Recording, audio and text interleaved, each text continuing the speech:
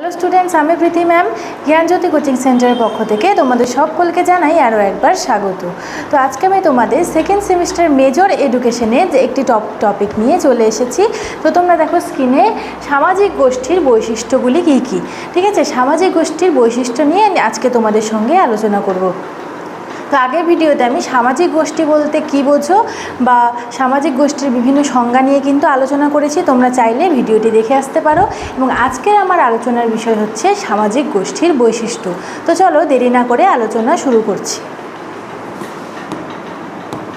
এখানে দেখো সামাজিক গোষ্ঠীর বৈশিষ্ট্য, ক্যারেক্টারিস্টিক্স অফ সোশ্যাল গ্রুপ। ঠিক আছে, সামাজিক গোষ্ঠীর সংজ্ঞাগুলিকে ব্যাখ্যা ও বিশ্লেষণ করলে এর কতগুলো বৈশিষ্ট্য পরিলক্ষিত হয়ে থাকে। সেই সব বৈশিষ্ট্য দেখো এখানে দেওয়া রয়েছে নিচে। প্রথমেই রয়েছে দেখো ব্যক্তি সমষ্টি। ঠিক আছে, অর্থাৎ কি কালেকশন অফ ইন্ডিভিজুয়ালস। ঠিক আছে, অর্থাৎ সামাজিক গোষ্ঠী বলতে ব্যক্তির সমষ্টিকে বোঝায়। তাহলে সামাজিক গোষ্ঠী বলতে কি বোঝায়? ব্যক্তির সমষ্টিকে। অর্থাৎ এক বা একাধিক মানুষ একত্রিতভাবে যদি আমরা কোনো কাজ করি তাহলে কিন্তু সেটাকে গোষ্ঠীবদ্ধ হয়ে কাজ করা বলা হয়ে থাকে। দেখো কিছু সংখ্যক ব্যক্তির একত্রিত বা সম্মিলিত অবস্থায় হচ্ছে সামাজিক গোষ্ঠী। তাহলে সামাজিক গোষ্ঠী বলতে এখানে কি বলেছে? সামাজিক গোষ্ঠী বলতে এখানে বলা হয়েছে কিছু সংখ্যক ব্যক্তির একত্রিত বা সম্মিলিত অবস্থায় হচ্ছে কি সামাজিক গোষ্ঠী। ঠিক আছে, তো ব্যক্তিবর্গের উপস্থিতি ব্যতি রেখে সামাজিক গোষ্ঠীর অস্তিত্ব কল্পনা করা যায় না। তাহলে এখানে কি দেখো ব্যক্তিবর্গের যে উপস্থিতি রয়েছে এই উপস্থিতিকে ব্যতি রেখে কিন্তু কি করা যায় না? সামাজিক গোষ্ঠীর অস্তিত্ব পরিকল্পনা করা যায় না। যেমন উদাহরণস্বরূপ দেখো এখানে কিন্তু উদাহরণ দেওয়া রয়েছে। আমরা এখন উদাহরণ নিয়ে জানবো কয়েকটি সামাজিক গোষ্ঠীর উদাহরণ। দেখো বলা যেতে পারে পাড়ার ক্লাব একটি সামাজিক গোষ্ঠী এবং গোষ্ঠীর সদস্যদের উপস্থিতি ব্যতি রেখে ক্লাবের অস্তিত্ব ভাবা যায় না। এখন দেখো আমরা যদি কোনো ক্লাবের দিক থেকে দেখতে যাই, ক্লাবে কিন্তু একজন দুজন সদস্য নিয়ে হবে না। একটি ক্লাব তৈরি করতে গেলেও যথেষ্ট মানুষের দরকার। ঠিক আছে, যথেষ্ট মানুষের দরকার। তাই এখানে দেখো পাড়ার ক্লাব একটি সামাজিক গোষ্ঠী বলা হয়েছে। এই গোষ্ঠীর সদস্যদের উপস্থিতি ব্যতি রেখে ক্লাবের অস্তিত্ব ভাবা যায় না। এখানে যদি সদস্যই না থাকে সেই ক্লাবে তাহলে কিন্তু একটি ক্লাবের কথা কিন্তু ভাবা যায় না। ঠিক আছে, তো দ্বিতীয় যে বৈশিষ্ট্যটি রয়েছে সামাজিক গোষ্ঠীর বৈশিষ্ট্য সেটা তোমরা দেখো সদস্যদের মধ্যে মিথস্ক্রিয়া। ঠিক আছে, মিথস্ক্রিয়া দেখো এখানে কি রয়েছে? সামাজিক গোষ্ঠীর সদস্যদের মধ্যে পারস্পরিক মিথস্ক্রিয়া হলো সামাজিক গোষ্ঠীর অন্যতম গুরুত্বপূর্ণ শর্ত। তাহলে সামাজিক গোষ্ঠীর অন্যতম গুরুত্বপূর্ণ শর্ত কি? মিথস্ক্রিয়া। অর্থাৎ কি সদস্যদের মধ্যে যে একে অপরের প্রতি ভালোবাসা প্রীতি, ঠিক আছে, সেগুলির কথা কিন্তু এখানে বলা হয়েছে। তাহলে দেখো শুধু সদস্যবর্গের উপস্থিতি থাকলেই সামাজিক গোষ্ঠী তার সার্থকতা লাভ করে না।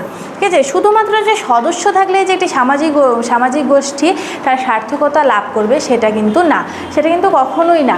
তাই দেখো এখানে বলা হয়েছে বরং উপস্থিত সদস্যদের মধ্যে পারস্পরিক মিথস্ক্রিয়ার মাধ্যমে গোষ্ঠী ঐক্য দৃঢ় ভিত্তির ওপর প্রতিষ্ঠিত হয়। তাহলে দেখো এটা বুঝতে হবে। প্রথমে দেখো এখানে বলেছে যে শুধু সদস্যবর্গের উপস্থিতি থাকলেই কিন্তু সামাজিক গোষ্ঠী তার সার্থকতা লাভ করে না, বরং অর্থাৎ যেসব সদস্যরা রয়েছে অর্থাৎ যেসব ব্যক্তিরা রয়েছে সেই দলটির মধ্যে সেই গোষ্ঠীটির মধ্যে তাদের মধ্যে পারস্পরিক মিথস্ক্রিয়া, তাদের মধ্যে একটি ভালোবাসার সম্পর্ক বা মেলামেশার সম্পর্ক যদি না গঠিত হয় তাহলে কিন্তু তারা ঐক্যবদ্ধ হয়ে থাকতে পারবে না। ঠিক আছে, থাকতে পারবে না। তাই বলা হয়েছে পারস্পরিক মিথস্ক্রিয়ার মাধ্যমে গোষ্ঠীর ঐক্য দৃঢ় ভিত্তির ওপর প্রতিষ্ঠিত হয়ে থাকে। ঠিক আছে, তো আমরা কি দেখলাম? ব্যক্তি সমষ্টির বৈশিষ্ট্য, সামাজিক গোষ্ঠীর যে বৈশিষ্ট্য রয়েছে বৈশিষ্ট্যর মধ্যে আমরা প্রথমেই দেখলাম কি যে ব্যক্তি সমষ্টি এবং দ্বিতীয়ত রয়েছে সদস্যদের মধ্যে মিথস্ক্রিয়া। ব্যক্তি সমষ্টির মধ্যে আমরা কি দেখলাম? সামাজিক গোষ্ঠী বলতে ব্যক্তি সমষ্টিকে বোঝায়। হ্যাঁ, বোঝায় কিছু সংখ্যক মানুষ বা ব্যক্তি যখন সম্মিলিত অবস্থায় হচ্ছে সামাজিক গোষ্ঠী। ঠিক আছে, ব্যক্তিবর্গে যে উপস্থিতি রয়েছে উপস্থিতিকে ব্যতি রেখে কিন্তু সামাজিক গোষ্ঠীর অস্তিত্ব পরিকল্পনা করা যায় না। এবং দ্বিতীয়ত আমরা যেটা দেখি রেখেছি সদস্যদের মধ্যে মিথস্ক্রিয়া। মিথস্ক্রিয়া, আমরা একটি সমাজে বসবাস করি, অর্থাৎ সমাজে বসবাস করলে কিন্তু আমাদের কিন্তু সমাজের থেকে অনেক কিছু শিখতে হয়, ঠিক আছে? অনেক কিছু শিখে কিন্তু তারপরে আমরা সমাজের কল্যাণে কিন্তু এগিয়ে যেতে পারি, ঠিক আছে? ঠিক সেরকমই সমাজের মানুষের সঙ্গে যদি আমাদের মিথস্ক্রিয়া না ঘটে তাহলে কিন্তু আমরা কোনো কাজই সুষ্ঠুভাবে করতে পারবো না, ঠিক আছে? তো এখানে সেটাই বলেছে যে উপস্থিত সমাজের মধ্যে যে সদস্য, ঠিক আছে, অর্থাৎ একটি গোষ্ঠীর মধ্যে যে সদস্যরা থাকে সেই সদস্যদের মধ্যে পারস্পরিক মিথস্ক্রিয়ার মাধ্যমে গোষ্ঠী ঐক্য দৃঢ় ভিত্তির ওপর প্রতিষ্ঠিত হয়, ঠিক আছে? তো আজকের আমার আলোচনার বিষয় এতটুকু নিয়ে ছিল। ভিডিওটি আমি এখানেই শেষ করছি এবং ভিডিওটি শেষ করার আগে তোমাদের ছোট্ট একটি ইনফরমেশন দিতে চাই। তোমরা যদি জ্ঞানজ্যোতি কোচিং সেন্টারে অনলাইনে যুক্ত হতে চাও তাহলে দেখো স্ক্রিনে দুটো নাম্বার দেখতে পাচ্ছ, এই দুটো নাম্বারের মধ্যে যে কোনো একটি নাম্বারের সঙ্গে যোগাযোগ করে তোমরা আমাদের সঙ্গে যুক্ত হয়ে যেতে পারো। তো ভিডিওটি শুরু থেকে শেষ পর্যন্ত দেখার জন্য থ্যাংক ইউ।